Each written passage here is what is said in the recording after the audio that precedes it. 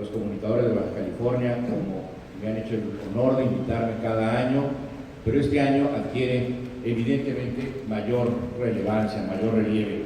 Es justo el momento de hacer un buen análisis, un buen resumen de lo que me ha tocado el honor de dirigir de 2013 a la fecha, que es el Centro Cultural Tijuana.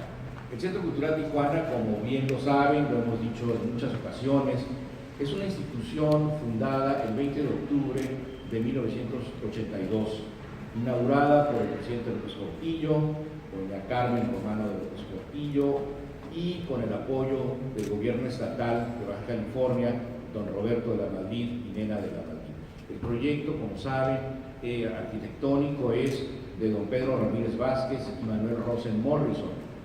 Don Pedro Ramírez Vázquez, bueno, no necesita presentación, enorme prestigio que le generó haber diseñado el Museo de Antropología en la Ciudad de México, el Museo de Arte Moderno también en la Ciudad de México, la Secretaría de Relaciones Exteriores, el Estadio Azteca, entre otros importantes edificios icónicos de la vida pública de nuestro país. Asimismo, el arquitecto Rosen se había destacado y había trabajado con el propio arquitecto Ramírez Vázquez con proyectos tan importantes como la Alberca Olímpica de la Ciudad de México. Quienes han visitado la Ciudad de México y lo han recorrido, la Alberca Olímpica es este gran edificio que tiene el techo semejando una de estas carpas que tenemos justo ahora en la Explanada de Sepúlveda. Bien, pues estos dos arquitectos fueron invitados para este proyecto. El proyecto arquitectónicamente es muy, muy ambicioso. El domo IMAX fue en ese momento la pantalla espectacular para el país. Era el segundo domo IMAX que se inauguraba en México. El primero pertenecía al Grupo Alfa de Monterrey. Y la idea de colocar un centro cultural en la frontera norte tenía como objetivo un diálogo entre las dos culturas. Se habían reunido el presidente Carter y el presidente López Portillo y hablaron de colocar ventanas culturales a lo largo de la frontera. Se discutió, se debatió si este centro quedaría en Ciudad Juárez o en Tijuana. Finalmente quedó aquí, para fortuna de los tijuanenses y de los californianos. El IMAX, en su arquitectura, que rápidamente se convirtió en el símbolo, en el ícono de la ciudad, pretende demostrar tener al mundo en la mano a través de la bola. Eso es lo que significa la bola en esta estructura geométrica, con esta estructura que le envuelve, que da la impresión de tener al mundo en la mano. Recordarán, porque veo entre el público una generación muy cercana a la mía, que se estrenó con una película, la primera película mexicana en formato IMAX, El Pueblo del Sol, ¿no? Ustedes recordarán, teniendo como música todo el tiempo el guapango del Moncayo, muy exaltado, tenía estas dos partes, un primero recorrido histórico y luego un extraordinario recorrido visual por los grandes espacios arquitectónicos, históricos de nuestro país. Se podría apreciar las pirámides de Teotihuacán, se podría apreciar también el castillo de Chapultepec, Reforma, y por supuesto también incluía un recorrido por la carretera escénica. Bien, se inauguró en ese momento solamente el IMAX y el museo que tenemos ahora arriba de nosotros. Este espacio en el que nos encontramos ahora estaba destinado a ser un restaurante y el espacio contiguo una impresionante barra. La idea era atraer al turismo a través de estos espacios. El teatro se inauguraría hasta 85. El teatro concluido tardó 3 años más, casi el mismo tiempo que había tardado la construcción de todo el conjunto. ¿Por qué? Bueno, pues estábamos a 1 mes y 10 días de terminar la administración del presidente López Portillo. Originalmente iba a pertenecer a la Secretaría de Turismo. El centro legalmente se llama Centro Cultural y Turístico de Tijuana y tiene una doble personalidad jurídica. Es una entidad paraestatal del gobierno federal y también está constituida de acuerdo a la ley de sociedades mercantiles, porque es una sociedad anónima. Entonces tenemos que cumplir con estas dos obligaciones que nos marca nuestra doble estructura jurídica.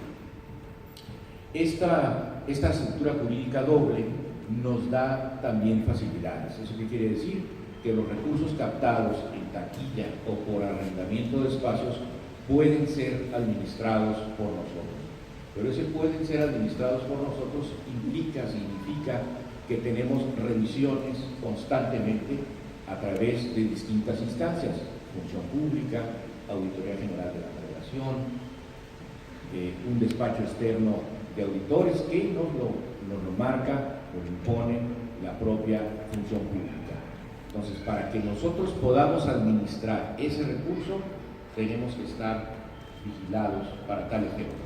No podemos gastarlo más que en aquello en que ha sido destinado, en aquello que ha sido presupuestado.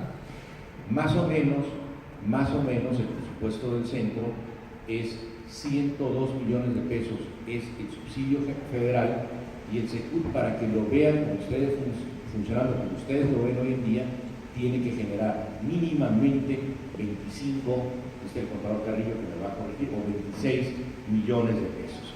Pero estos 26 millones de pesos autogenerados, 17 de ellos se van a la nómina, es decir, que no podemos tocar.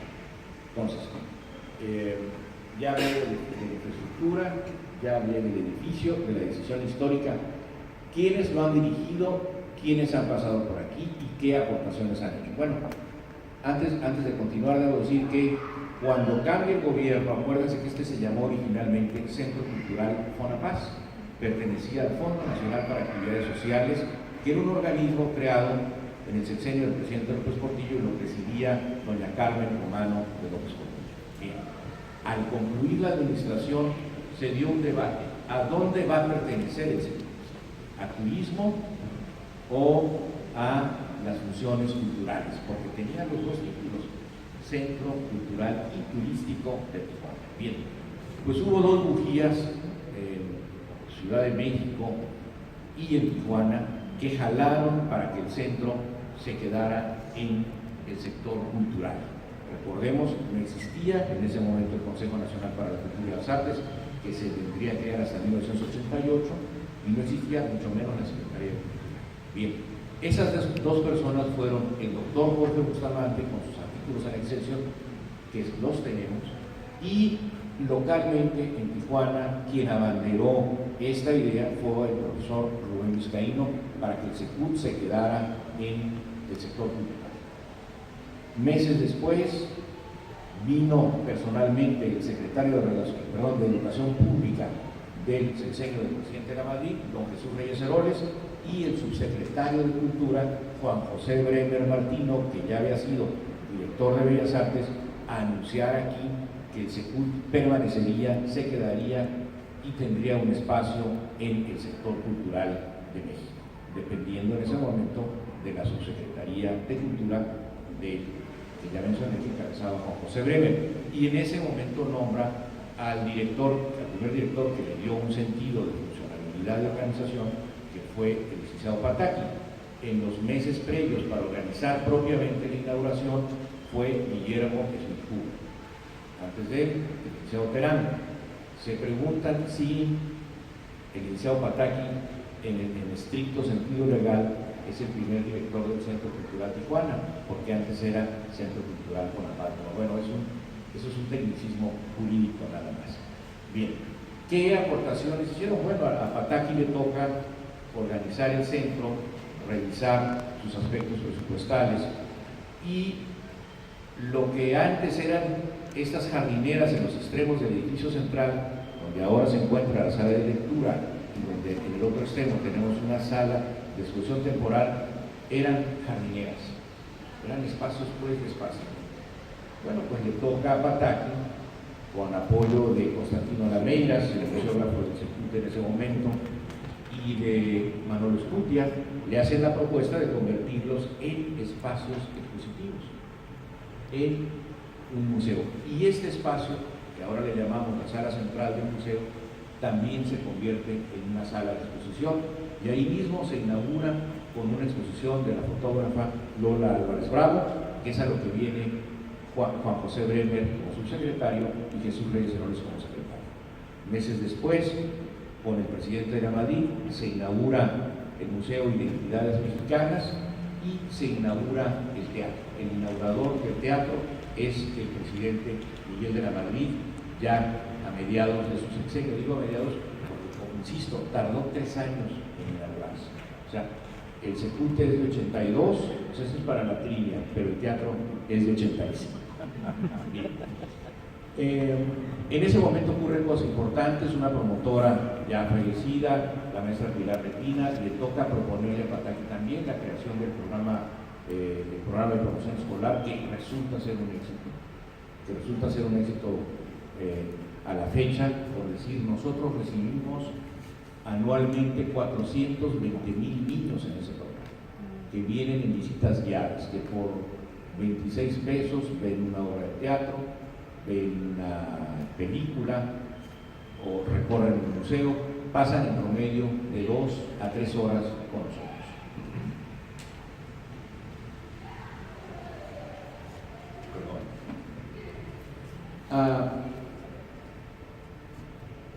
A mí me toca en suerte el honor que el Liceo Pataki me entrega en 1989, ya ha creado el Consejo Nacional para la Cultura y las Artes.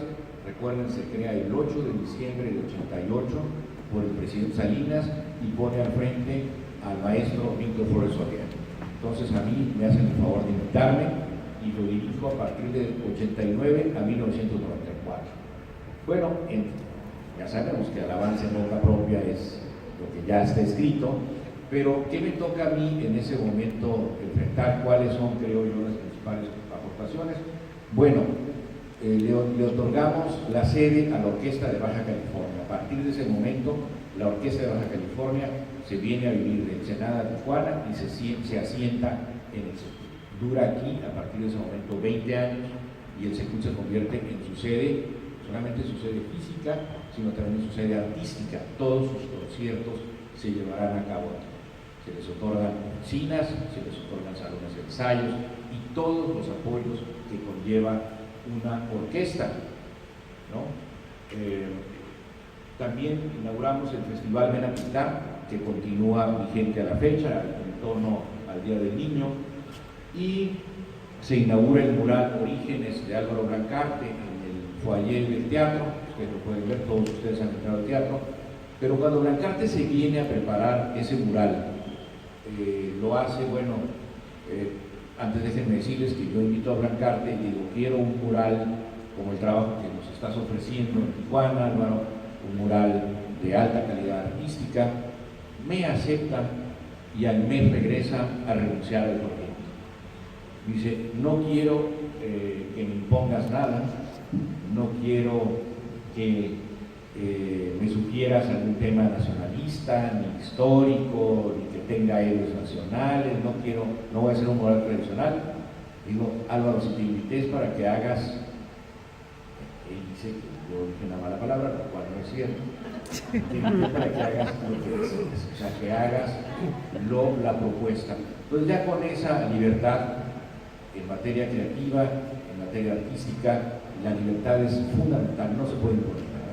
Entonces vino con una idea extraordinaria, que es un mural, yo creo que lo soñó Vizcaíno, que es el origen del hombre según las comunidades originales de Baja California, según los cumianes.